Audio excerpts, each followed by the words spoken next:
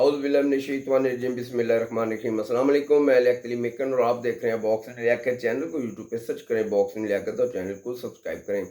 बहुत से दोस्त मुझे एडवाइस दे रहे हैं कि चैनल का जो नाम है उसको चेंज किया जाए। चैनल का जो नाम है वो आपकी मुनासबत से कुछ सूट नहीं करता।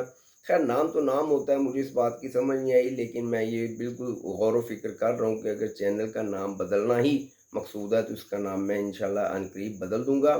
लेकिन मुझे ये समझ नहीं आती कि जो नाम होते हैं, नाम के साथ कुछ नहीं होता, असल होता है इंसान की अपनी शख्सियत और वो बात क्या कर रहा है, क्या उसकी बात में कोई वज़न है, उसकी बात में कोई लॉजिक है, उसकी बात में कोई दलील है। इस पे ध्यान देना चाहिए, ना कि हमें कामों की तरफ ध्यान देना चाहिए।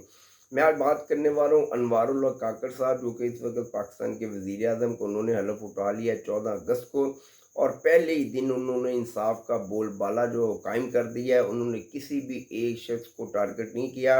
उन्होंने अपने नाम की तरह पूरे पाकिस्तान की जो कौम है उसका कड़ाका ही निकाल कर रख दिया है।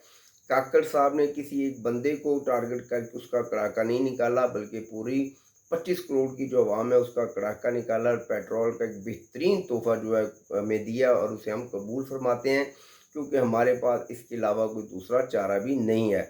अनवारुल्लाह काकड़ साहब पे मैं बात करूंगा और उनकी काबीना पे बात करूंगा। उसके साथ साथ सोनिया आसिम साहिबा, जो कि जज साहब की बेगम साहिब हैं, इस वक्त वो जेल में है, और मैं ये समझता हूँ कि बहुत बड़ी ज़्यादती है उनको जेल में रखना, और उनका बुनियादी हक है कि उनको ज़मानत दी जाए।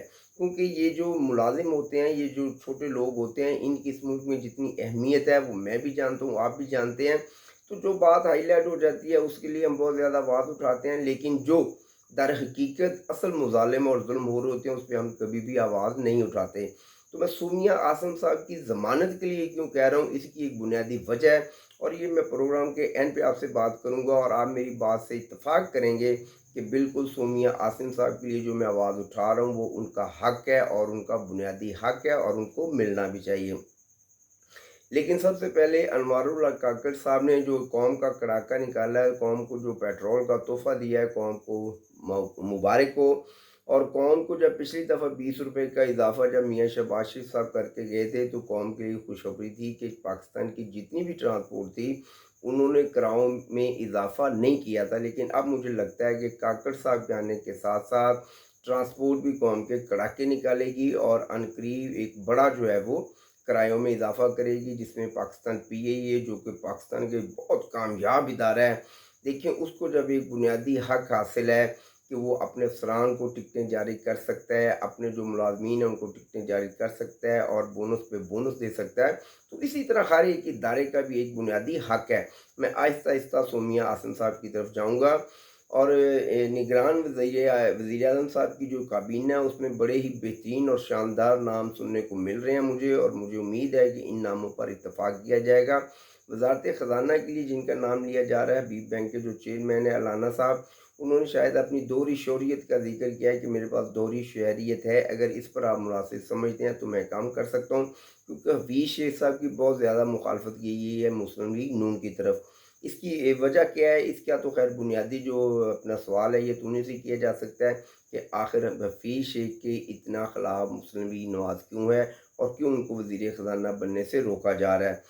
गौहर इजाज़ साहब पाकिस्तान के बहुत बड़ा नाम है, जिनको वजारत सनत व तिजारत देने की बात की जा रही है। गौहर इजाज़ साहब के बारे में मैं एक प्रोग्राम पहले भी कर चुका हूँ, और मैंने कहा था कि जब निगरान वज़ीर-ए-आज़म के लिए 2 से 4 नाम लिए जा रहे थे, तो मैंने कहा था कि गौहर इजाज़ मोस्ट फेवरेट हैं। अभी तक ये 4 से 5 माह की पहले की बात है, और गौहर इजाज़ आइंदा निगरान वज़ीर-ए-आज़म हो सकते हैं। लेकिन गौहर इजाज़ उस वक़्त तक वज़ारत उज़्मा कबूल नहीं करेंगे जब तक कि इमरान खान की गिरफ़्तारी नहीं होगी। और मैं ये समझता था कि जब इमरान खान की गिरफ़्तारी 2 से या 3 दिन पहले हुकूमत ख़त्म होने से पहले हुई, तो मैं ये समझ रहा था कि गौहर इजाज़ ही निगरान वज़ीर-ए-आज़म आएँगे। लेकिन उसके बावजूद उनको निगरान वज़ीर-ए-आज़म नहीं बनाया गया, और बहुत बड़े-बड़े जो उसमें मुदाख़लत करने वाले नाम थे, उन्होंने शायद अपने नामों को उन्होंने तरजीह दी। और दूसरे जलील अब्बास जिलानी, जिनको वज़ीर ख़ारजा बनाया जा रहा है, बहुत ही मोतबर नाम है, बड़े असूल पसंद आदमी हैं। पाकिस्तान पीपल्स पार्टी ने इनका नाम दिया, और वजारत ख़ारजा पर इनका आना, जहाँ पर पाकिस्तान पीपल्स पार्टी काम कर रही है, ये मैं देख रहा हूँ कि ये एक उस समत की तरफ मुड़ जा रहा है जिस समत का आर्मी चीफ ने वादा किया है। اور آنے والا مستقبل بھی مجھے روشن نظر آ رہا ہے پاکستان پیپلز پارٹی اور استحکام پاکستان پارٹی اور پرویز خٹک۔ میں دیکھیں میں تجزیہ کر رہا ہوں، مسلم لیگ نون کے لیے میں بہت زیادہ بات کرتا ہوں۔ میں آج بھی میاں نواز شریف صاحب کو پسند کرتا ہوں، مسلم لیگ نون کو پسند کرتا ہوں، لیکن میرا یہ ایک سیاسی تجزیہ ہے، میری ایک یہ سیاسی سوچ ہے۔ میں دیکھ رہا ہوں کہ مسلم لیگ نون کے لیے اس ملک میں سپیس کم ہوتا جا رہا ہے۔ اب اس کی بنیادی وجہ کیا ہے، یہ تو آنے والا وقت صحیح فیصلہ کرے گا۔ میں نے 4 سے 5 ماہ پہلے جو اپنا پروگرام جب آرٹیکل 184 کا نفاذ کیا گیا تو میں نے کہا تھا کہ یہ مسلم لیگ نون کے گلے پڑ جائے گا، اور اگر مسلم لیگ نون نے میاں نواز شریف کی رٹ لگائی اور ضد لگائی کہ آئندہ وزیر اعظم میاں نواز شریف ہوں گے تو مسلم لیگ کے لیے مشکلات ہو سکتی ہیں۔ اللہ کرے ایسا نہ ہو، کیونکہ میاں نواز شریف نے پاکستان کے لیے بہت زیادہ کام کیا اور یہ ایک حقیقت ہے۔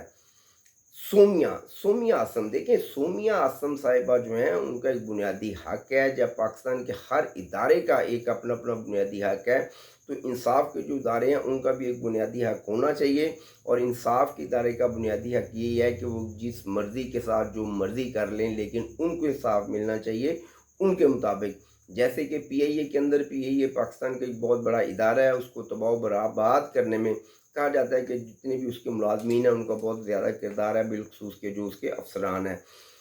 کروڑوں اربوں روپے کی ٹکٹیں سالانہ کے حساب سے افسران کو دی جاتی ہیں، لیکن جب کوئی غریب آدمی کے پاس 100 روپیہ بھی کم ہو تو اس کو ٹکٹ الاؤ نہیں کیا جاتا۔ ریلوے کا بھی یہی حال ہے اور پی آئی اے کا بھی یہی حال ہے، اور اربوں روپے کی سبسڈی میں اور آپ ان محکموں کو ادا کرتے ہیں۔ پاکستان وابڈا کے اندر سننے میں آیا کہ 6 کروڑ یونٹس پاکستان وابڈا کے جو ملازمین ہیں ان کو دیے جاتے ہیں، اور اس کے علاوہ کرپشن میں پاکستان کے دوسرے نمبر پر جو نام ہے وہ وابڈا کا ہے، جو پہلے نمبر پہ ہے میں اس کا نام نہیں لیتا۔ لیکن یہ ضروری نہیں ہے کہ وابڈا کے اندر جو تمام ملازمان ہیں ان کا کردار ایک جیسا ہے۔ وابڈا کے اندر بہت اچھے اچھے لوگ، بڑے نفیس لوگ جنہوں نے وقار کے ساتھ، عزت کے ساتھ اپنی نوکری کی اور عزت اور وقار کے ساتھ اپنی نوکری کر بھی رہے ہیں۔